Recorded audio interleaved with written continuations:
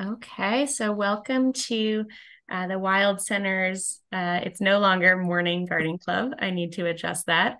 Our School Garden Club webinar series. This is a time for school garden educators from Atlanta, where Wild Center is based, but also all over the country and sometimes the world, to join and learn and discuss some really tangible and relevant school garden tasks that you may be going through right now or you may have questions on. So today we're talking about the big question is overwintering your school garden. So this time of year, this is probably the number one question that Wild Center educators are asked by schools is, what do I need to do with my garden before I leave for break? Or do I have to send people to come take care of my garden during break? So we'll talk about that a little bit today, tips that we have at the Wild Center, but then of course it's open to everybody to share your experience, your tips, your questions. So feel free to type in the chat anytime you want to, or you can even turn off your microphone and interrupt me. And so for those who don't know me, my name is Dory Cooper, and I'm the school programs manager at the Wild Center. So we work with schools throughout Metro Atlanta. We work with 12 school gardens directly across 4 districts, and we have about 30 to 50 school partners every year that we see on field trips as well to our sites. All right, so the first question, as I mentioned, what do I need to do with my garden before I leave for school break? The first thing that I usually recommend is going ahead and removing those dead plants from your garden. So you might have plants that look like this. I just took a peek at my garden bed at the Wild Center that I've been ignoring the last few weeks. And I had a lot of things that looked like this. I had okra, I had peppers, tomatoes. And so I would recommend before winter, just kind of cleaning that out a little bit.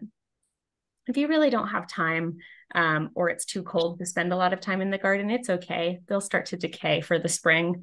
But with something like this, these are sunflowers. I would just take some clippers and clip at the bottom and then let those fall onto the garden. That's called the chop and drop method. And it adds a little bit of mulching and nutrients onto the soil. It's also a great time to save your seeds. So with this sunflower example, you can pull out a few of those sunflower seeds and save them for the spring. Everyone kind of has a different method of doing that. You can put them in a glass jar with the lid open. Some people do that. You may want to lay them out so they dry and then put them into envelopes. There's a few different techniques, but if you have the time, it's a great time to do that. And some of you may not have the time, and that's okay. So once you've removed any dead plants, the most important step, in my opinion, before winter break is providing a blanket, as we call it, for your crops and your soil. This technique is also called mulching.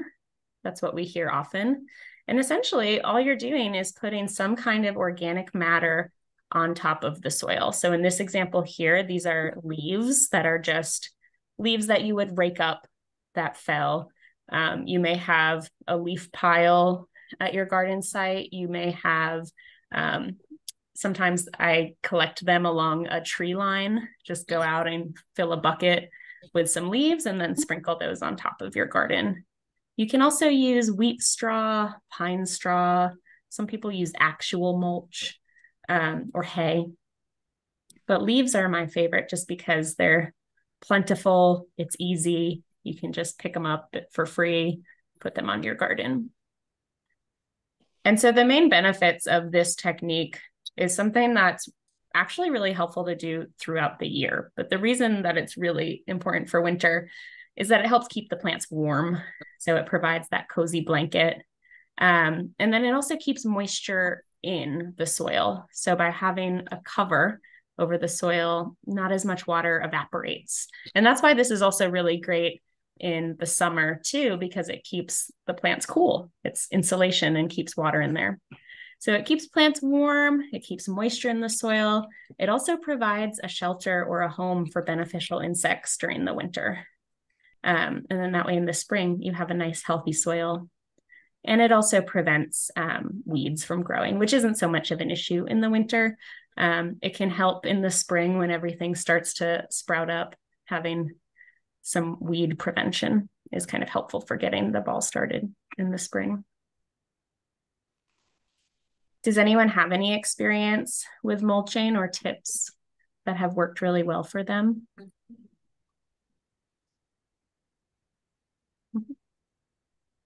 I'm trying different options. I have one bed where I just cover the plants with cardboard.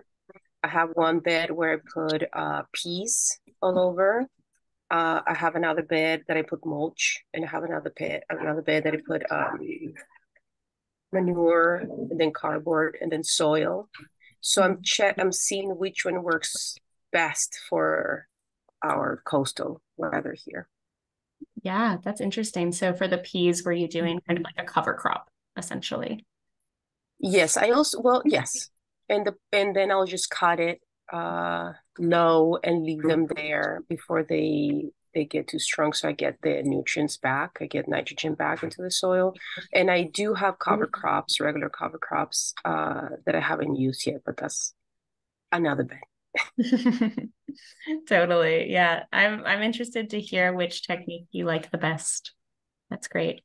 And I like that you shared that you're trying a lot of different techniques at once. I think that's a really great point, is you don't need to do the same thing in all of your garden beds or all of your gardens. You can kind of experiment to see what you like and what works. And maybe you realize something was a pain and you don't want to do that ever again. Or maybe you realize it's easier than you thought. Mm-hmm. Cool. All right.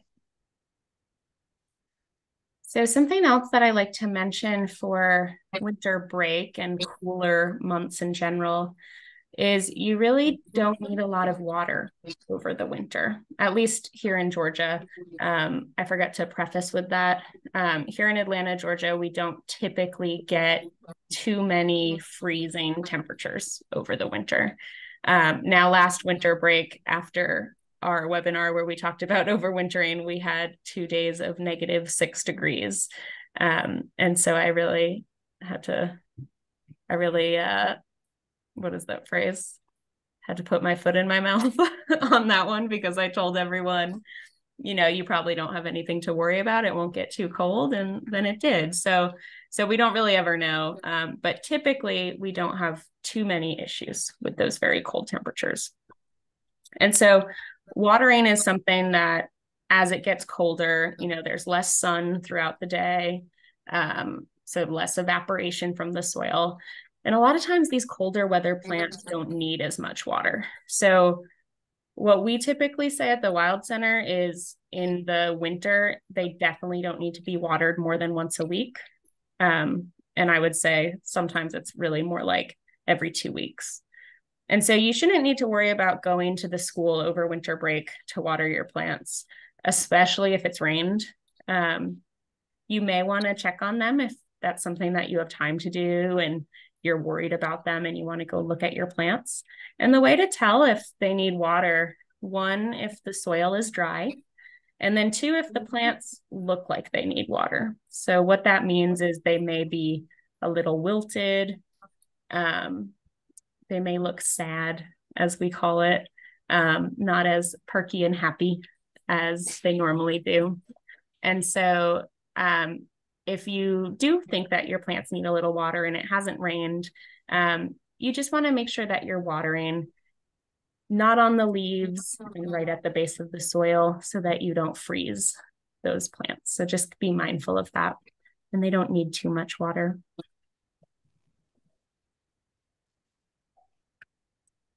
And then lastly, row covers. So I'm sure some of you have seen these before. A lot of times I get questions about being afraid to plant things in the winter because you don't have any row covers. And the reality is we rarely use these at the Wild Center. For the most part, our temperatures are kind of in the middle ground where we don't need to do this as much. But the times when you do are when we do have those days of that -6 degrees, right? So when it's below freezing or close to freezing for several days in a row, that frost gets on the plants and can really damage them. Some plants are okay, like a brassica can sometimes handle that. Not when it's very, very, very cold though. Whereas some of our not as hardy vegetables will die when they freeze. So my advice on this is always just, if you're really worried about something dying, if you have something precious that you want to keep alive, if you have plans to use it when you come back to school, like if you have a make your own salad lesson that you're really excited to do with kids in January and you're worried that all your lettuce is going to wilt, then this might be something you want to consider. These are fabric row covers here, and they're almost like a mini hoop. So these are hoop attachments that you attach to the sides of the garden beds, stick those hoops in. You can buy these really any garden store. They have them on Amazon. And then this is a long piece of fabric that you put on top of it. You may have also seen plastic. Sometimes people put sheets of plastic over their garden. I've tried in moments of desperation with just like bed sheets, plastic bags, tarps, and I've not personally had very good luck using these, but I think having a more professional row cover probably helps. Of course, the issue with these is the cost and the storage for our school gardens. You may have the budget for this, you may not. And then storage can be a little tricky with them too. But it's really a personal preference. I prefer not to mess with these and just accept the loss of any crops in cold weather, but you may not want that. So it's really up to you. Does anyone have experience using these or a strong opinion on row covers or questions about them?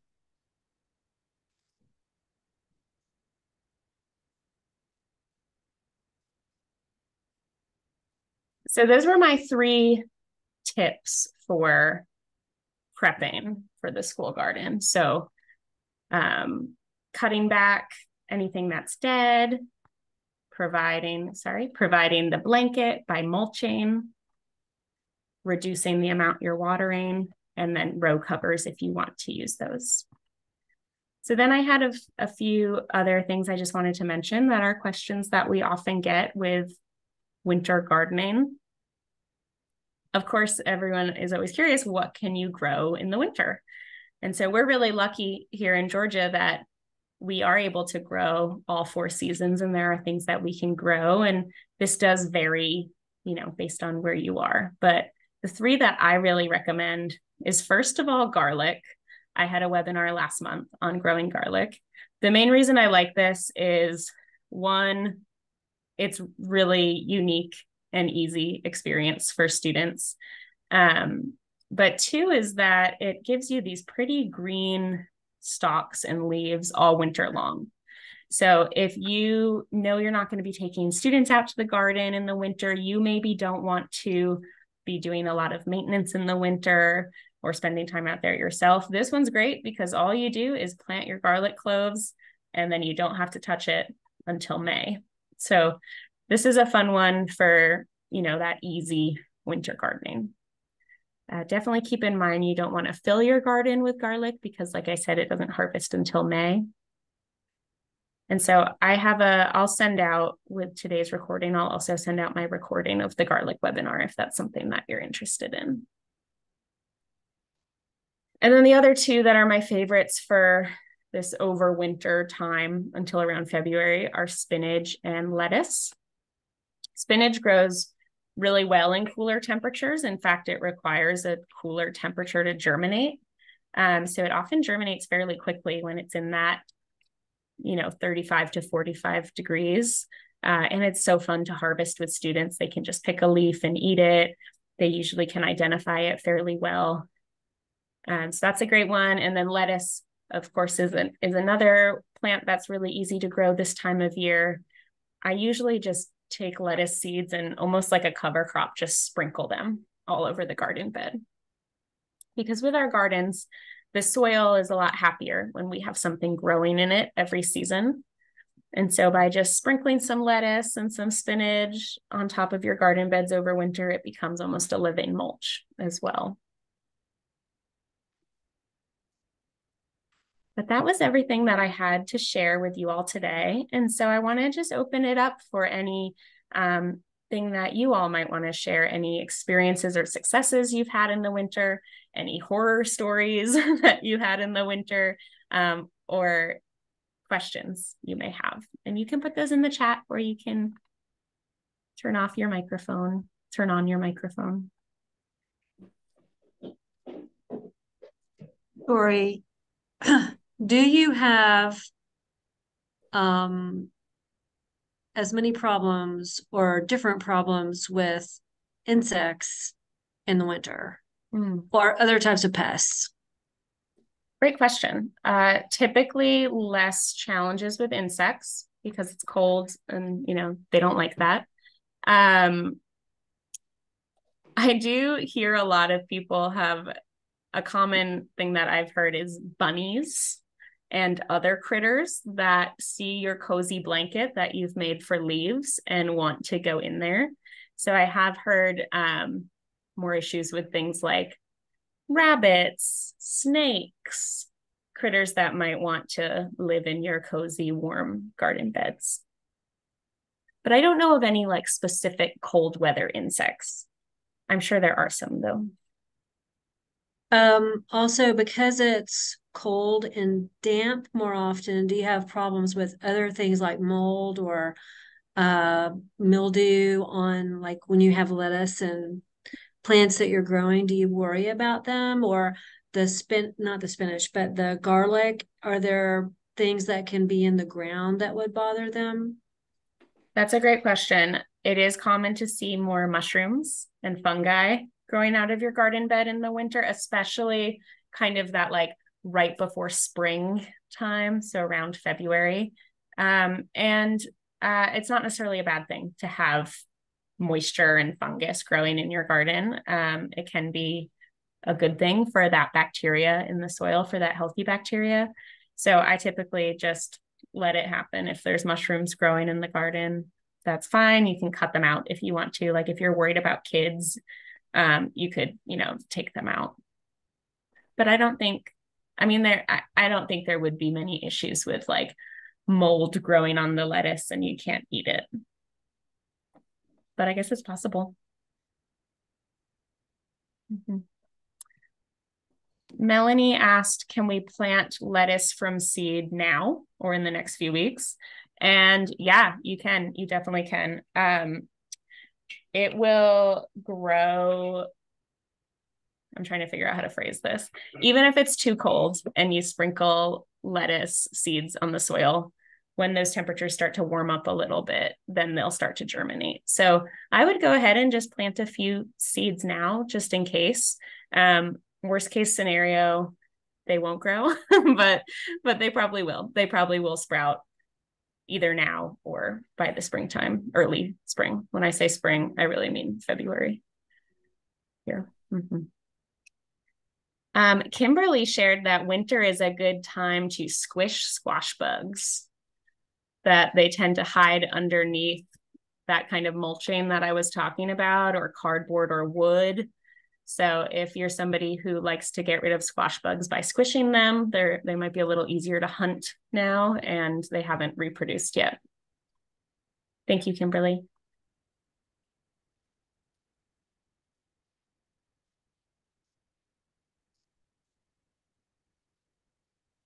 Any other suggestions or questions?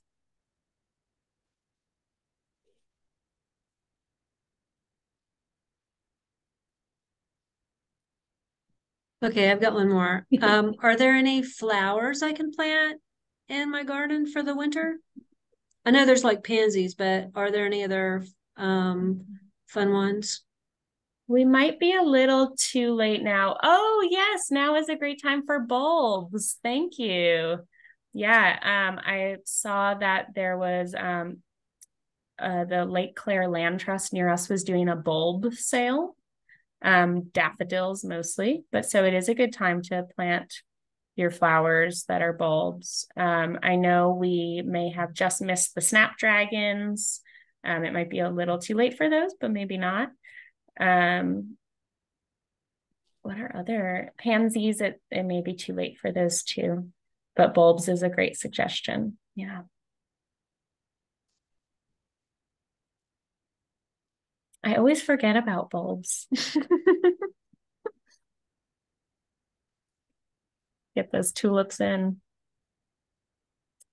All right. Raina in the chat has a question about strawberries. She says she lives in New York and has a container garden with strawberries.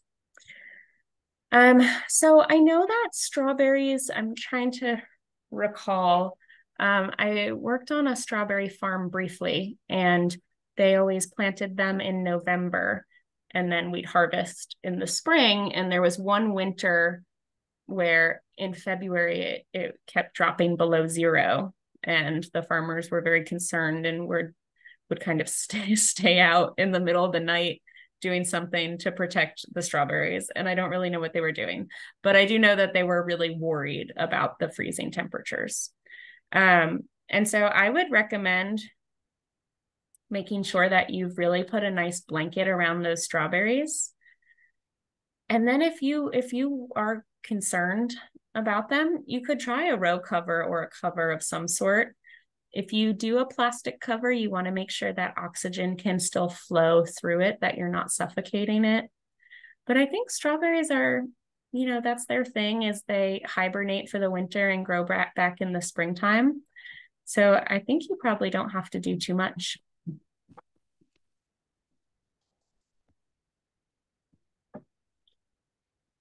I love strawberries. They're so easy and magical.